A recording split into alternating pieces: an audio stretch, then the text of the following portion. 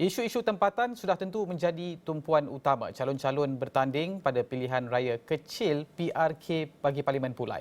Ada pelbagai isu yang dibangkitkan dan antara yang menjadi fokus ialah miskin bandar.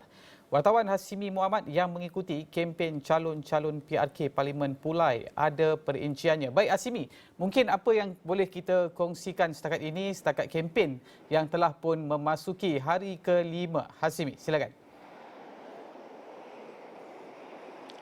Baik, terima kasih. Ini betul telah memasuki hari ke-5 kempen untuk PRK Parlimen Pulai dan juga Dong Simpan Jeram. Namun untuk jam ini saya fokuskan kepada PRK Parlimen Pulai kerana rakan tugas kita Syuhada Abdul Kadir akan mengikut rapat untuk PRK Dong Simpan Jeram.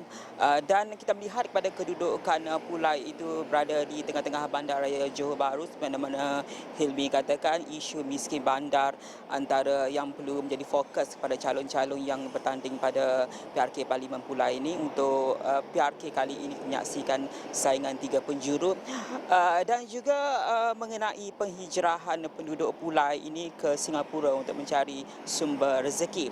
Pertama kita lihat dulu dari segi penghijrahan bukan sahaja penduduk Pulai, saya kira di Johor Bahru ini untuk mencari rezeki di Singapura.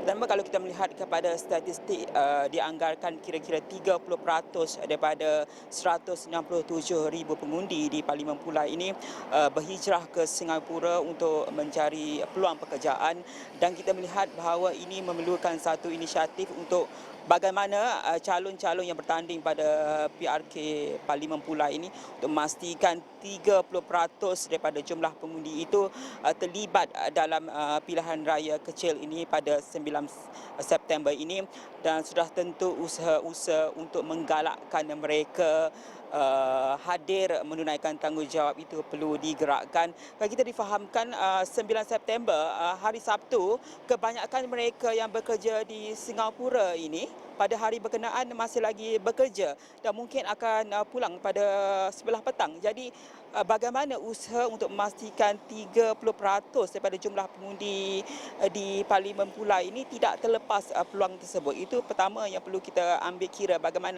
untuk memudah carakan kumpulan-kumpulan yang bekerja di Singapura ini untuk terlibat dalam sistem demokrasi kita.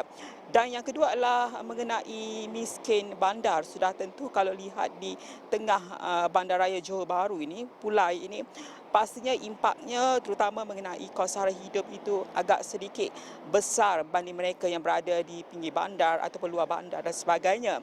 Jadi kita seperti tadi sempat mengikut rapat kempen salah seorang calon, iaitu calon Pakatan Harapan Suhaizan Kayat, dan kita ajukan kepada beliau bagaimana usaha yang boleh dilakukan untuk menoktahkan ataupun mengatasi masalah miskin bandar ini. Pertama dimaklumkan oleh Suhaizan Kayat adalah perlu kena pasti dulu punca-punca masalah miskin bandar itu. Yang setakat mana dimaklumkan, beliau katakan dua faktor yang mungkin menyumbang kepada miskin bandar. Pertama adalah masalah kesihatan dan kedua peluang pekerjaan itu sendiri. Dan faktor-faktor ini memerlukan diatasi atau bawa kelompok ini dari dikatakan oleh Suhaizan Kayat. Kesihatan rakyat itu sendirilah ataupun penduduk itu sendiri ya. Jadi dengan kesihatan contohnya dia pernah mengalami kemalangan, kemudian isteri dia pula dalam suka, ada sakit juga dan sebagainya kan. So mereka tidak mempunyai pendapatan yang tetap kerana kesukaran mereka untuk bekerja ni ya. So ini peranan yang ni tidak dapat dielaklah untuk maknanya pihak kerajaan membantu dia dalam konteks kebajikan dia ya. Dan mungkin juga dari segi bantuan lain tambahan supaya dia mendapat pendapatan yang cukup untuk hidup ya. Kalau mereka ini memang tidak mampu langsung bekerja dan ada satu treatment tertentu, kalau mereka berkemampuan untuk kerja, kita tingkatkan kemahiran mereka supaya mereka ada kemahiran tertentu yang unik yang boleh dimarketkan dan mendapat pekerjaan yang baik, seterusnya meningkatkan pendapatan dia. Itu yang kedua. Yang tiganya saya kira juga ialah banyak polisi-polisi kerajaan sekarang ni ke arah meningkatkan tahap tangga gaji rakyat. Ini biasa YP Rafizi biasa sebut tentang macam mana kerajaan berusaha untuk nak tingkatkan gaji. Dan Hilmi, semalam kalau kita melihat kepada laporan yang dikeluarkan oleh DOSM juga maklumkan bahawa Johor Bahru ini berada di kedudukan yang kedua tertinggi yang memiliki jumlah penduduk lebih kurang 1.8 juta. Jadi kita melihat Pulai yang berada di tengah-tengah Johor Bahru ini bagaimana usaha untuk memastikan bahawa pertambahan komposisi penduduk ini boleh diseimbangkan dengan kemakmuran ekonomi di Johor, termasuk juga di Pulai. Itu perkara yang saya kira perlu dilihat oleh 3 calon yang bertanding di PRK Parlimen Pulai ini. Dan kalau kita melihat dari sudut bahang kempen dan sebagainya memasuki hari kelima, ia perlu akui bahawa ia masih lagi fasa pertama dan berada di tahap sederhana.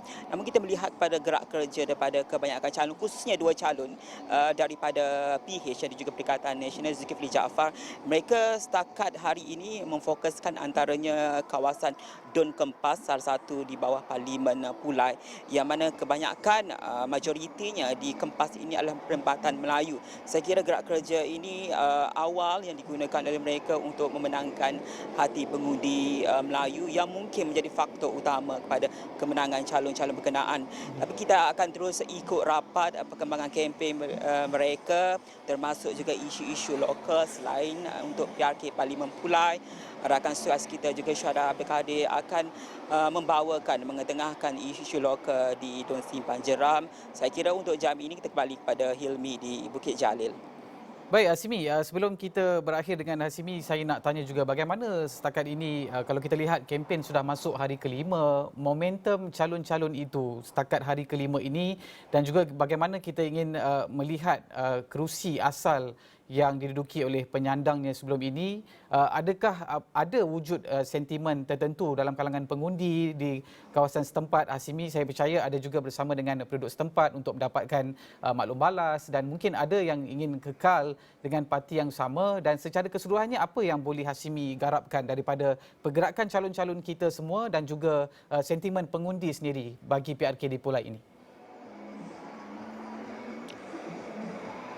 Baik, sudah tentu selepas pilihan raya di 6 negeri, kita melihat kepada ini ujian kedua khususnya untuk Pakatan Harapan dan juga Barisan Nasional untuk menguji kerjasama mereka dan juga kesepakatan akar umbi dalam memberikan sokongan kepada calon mereka, iaitu calon PH Suhaizan Kayat. Itulah tentu amanah yang meletakkan Suhaizan Kayat tidak mahu kerusi ini terlepas selepas ia dimenangi oleh Allahyarham Datuk Seri Salihuddin Ayub selepas merampas daripada BN ataupun UMNO.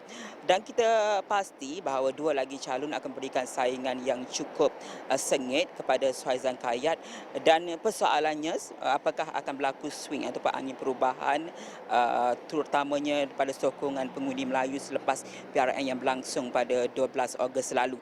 Mungkin ini perlu kita teliti dan tempoh berbaki kempen ini, walaupun kebanyakan pemerhati politik menjangkakan bahawa kerusi ini akan kekal kepada penyandang ataupun milik PH yang dimenangi oleh penyandang mereka sebelum ini, Allahyarham Datuk Seri Salihuddin Ayub. Tetapi apakah kemungkinan majoriti yang dimenangi oleh Datuk Seri Salihuddin Ayub itu dapat dilipat gandakan, dikekalkan, ataupun mungkin akan berkurang dengan adanya swing dan sebagainya? Itu yang perlu kita teliti. Namun semua itu mungkin dipengaruhi oleh isu-isu setempat yang akan dimainkan oleh calon-calon yang bertanding pada PRK Parlimen Pulai ini. Semana saya akan maklumkan isu seperti miskin bandar itu perlu diteliti dan diselesaikan dengan baik untuk mempengaruhi mandat yang akan diberikan pada 9 September ini. Dan sudah tentu suhunya pada tahap ini sederhana. Kita katakan masih lagi tenang. Kita menjangkakan untuk fasa kedua minggu depan sudah pasti pemimpin-pemimpin utama dari parti masing-masing akan turun berkampung di Johor Bahru, khususnya di Pulai ini, untuk membantu calon masing-masing, Hilmi. Baik, okey, terima kasih Hasimi. Hasimi akan terus kekal berada di Johor untuk membawakan perkembangan PRK di Pulai sehingga hari mengundi. Baik, terima kasih Hasimi atas perkongsian itu tadi.